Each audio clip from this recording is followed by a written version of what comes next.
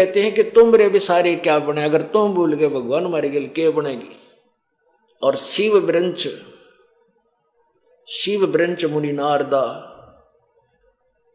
यानी नारद जैसे ऋषि, Shiv brunch Vishnu brunch कहें ब्रह्मा जी ने, कि इनके भी हृदय में ना जगह हमारे प्रतीत है, और आपने हम त्याग दिया तो हमने ठिकाना है कोई ना, ये खूब बकल उतारेंगे फिर हमारा।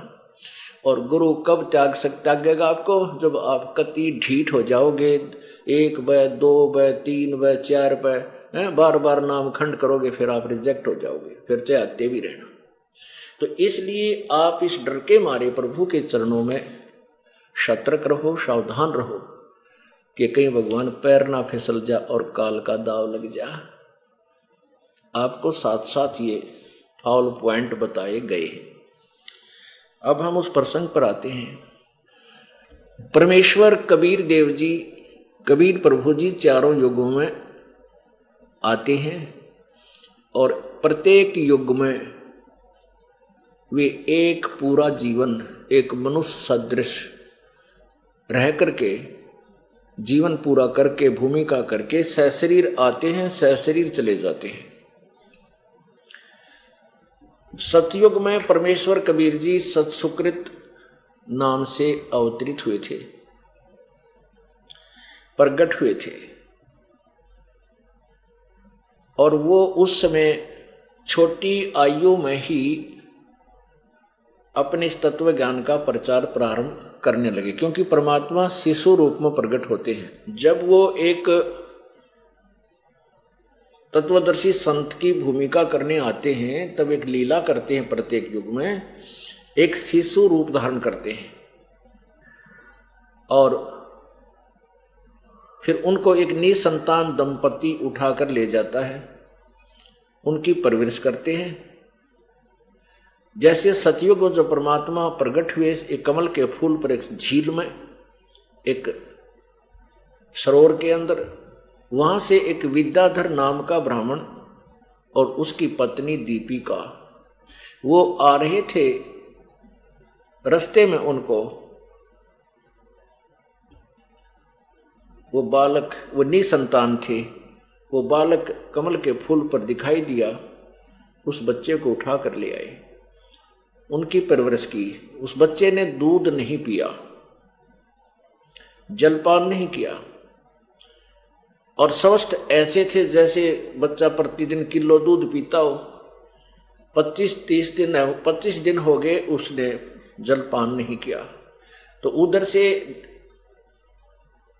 उस ब्राह्मण दंपति ने, ब्राह्मण और ब्राह्मणी ने बहुत दुख हुआ कि हे भगवान, मुश्किल से ये बालक मिला था, अब ये मरेगा।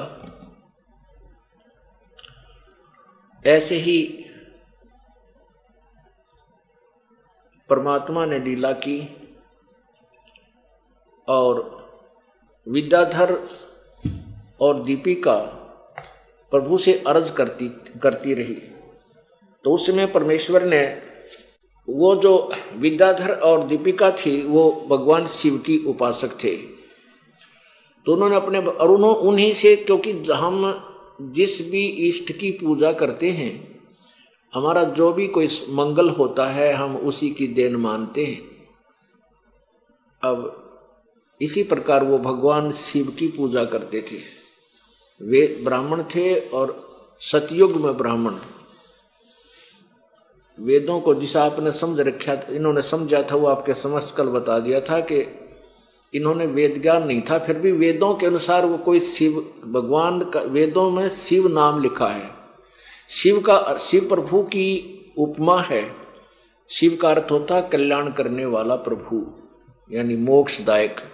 इन्होंने इस काल के पुत्र को, शिव को ही मंगलकारी मान लिया, ऋषि की पूजा प्रारंभ कर दी। तो भगवान शिव जी वहां पर प्रकट हुए एक ब्राह्मण रूप में। तो उस शिव रूप ब्राह्मण से ऐसे चर्चा की, क्योंकि परमात्मा कोई भी कार्य करता उसको निमित्त बनाकर ही चलते हैं, ताकि ये भक्त, यदि परमात्मा आते ही निरे चमत्कार दिखा दे, अनहोनी करने लग जाए, तो उसको जादूगर का नाम दे करके उससे दूर भागने लग जाए। काल का बड़ा भयंकर जाल है, कि तो जादू तंत्र जानता है, ये तो यूँ करता है, ये तो और कुछ भी कर देगा, तुम्हारे बच्चों को बहका लेगा। तो इसलिए वो बच्चा दूध नहीं पी रहा था। तो उस शिव जी जो है ब्राह्मण रूप में उपस्थित था, उन्होंने ब्राह्मण ने उस शिव रूपी ब्राह्मण ने उस विद्याधर ब्राह्मण और ब्राह्मणी से पूछा कि आप क्यों इतने चिंतित हो, कारण क्या है। तो उन्होंने कारण बताया कि ये बच्चा हमारे भगवान शिव की कृपा से हमें मिला है और आज ये 20-25 दिन से कुछ खा पी नहीं रहा है और ये मर जाएगा, इसमें ममता हमारी अधिक होगी, हम भी शायद जीवित ना रह सके। तो परमेश्वर कबीर जी ने उस ब्राह्मण रूपधारी शिव ने कहा कि वो बच्चा दिखाओ। ज्यों ही उन्होंने उस बच्चे को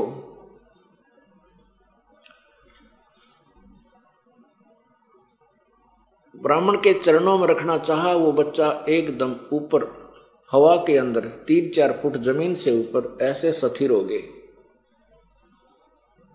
फिर शिवजी ने उनको अपने हाथों में लिया, दोनों की आपस में वार्ता हुई और तब परमेश्वर ने कहा कि इन्हें कहो कि एक कंवारी गाय लाएं, उसके ऊपर आप हाथ रख देना, उससे ये दूध देवेगी और उस दूध को मैं पिया करूंगा और वो आजीवन जब तक वो रहेगी दूध देती रहेगी, वो कभी गर्भ धारण नहीं करेगी। ऐसा ही हुआ। एक कंवारी गाय लाई गई।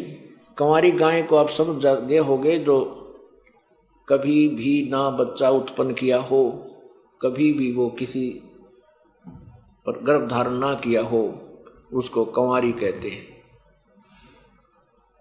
अब पुण्यात्माओं, ये जो ज्ञान है, ये तत्व ज्ञान यानी सवसम वेद के अंदर लिखा हुआ है। अब इसका प्रमाण यदि हमें वेदों में मिले तो हमारा दिल डटे, हमारा यकीन हो कि सचमुच या तो सच्ची है बात है। अब इसके लिए आपको वेदों का प्रमाण दिखाना अति आवश्यक होगा, क्योंकि वैसे तो ये 5 दिन का जो सत्संग है, प्रभु की महिमा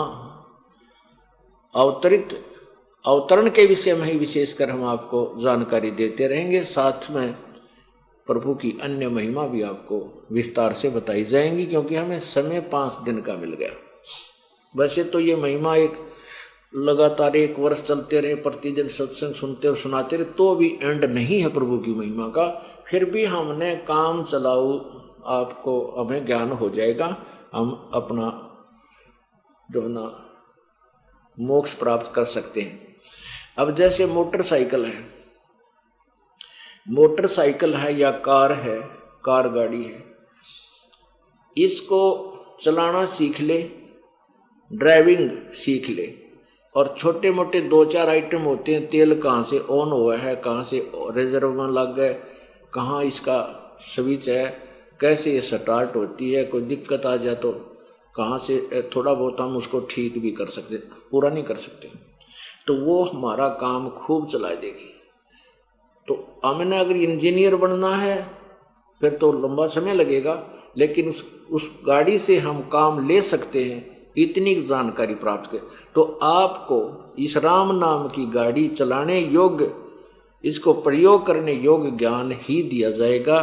पूरा ज्ञान तो बहुत समय लग जाएगा आपको, उसकी आपको आवश्यकता भी नहीं है, क्योंकि मैकेनिक बहुत हैं, उनसे ठीक कराओ और अपना फिर मारे के चाल पड़े। तो आपकी राम नाम की गाड़ी आपको दे दी है, चलाने योग्य शिक्षा भी आपको यहाँ दी जा रही है। डिफेक्ट आवे तो यहाँ बैठे हम मैकेनिक, यहाँ जाओ, इनको ठीक फिर करके फिर चलती कर देंगे। अगर कोई दिक्कत आ जाती है, राम नाम खंड हो जाता है, कोई डिफेक्ट हो जाता है, तो आपको फिर आशीर्वाद से, री उपदेश के द्वारा, कई तरीकों से आपको फिर ठीक कर दी जाती है, आपकी गाड़ी फिर चल पड़ेगी। जैसे आपका भक्ति मन नहीं लगता है, कोई आपत्ति आ रही है, आप चिंतित हो जाते हो, तो आप यहाँ आते ही कई प्रकार के पाप होते हैं, कुछ तो संत के दर्शन से ही समाप्त हो जाते हैं, कुछ आशीर्वाद मात्र से नष्ट हो जाएंगे, आपकी रुचि बन जाएगी। और फिर भी कोई ज़्यादा तकलीफ है तो आपका नाम खंड है, उपदेश दे दिया जाएगा, लेकिन जानकर उपदेश खंड नहीं करना नाम, उससे फिर भगवान रुष्ट हो जाएगा। ये जो दास आपको बता रहा है, ये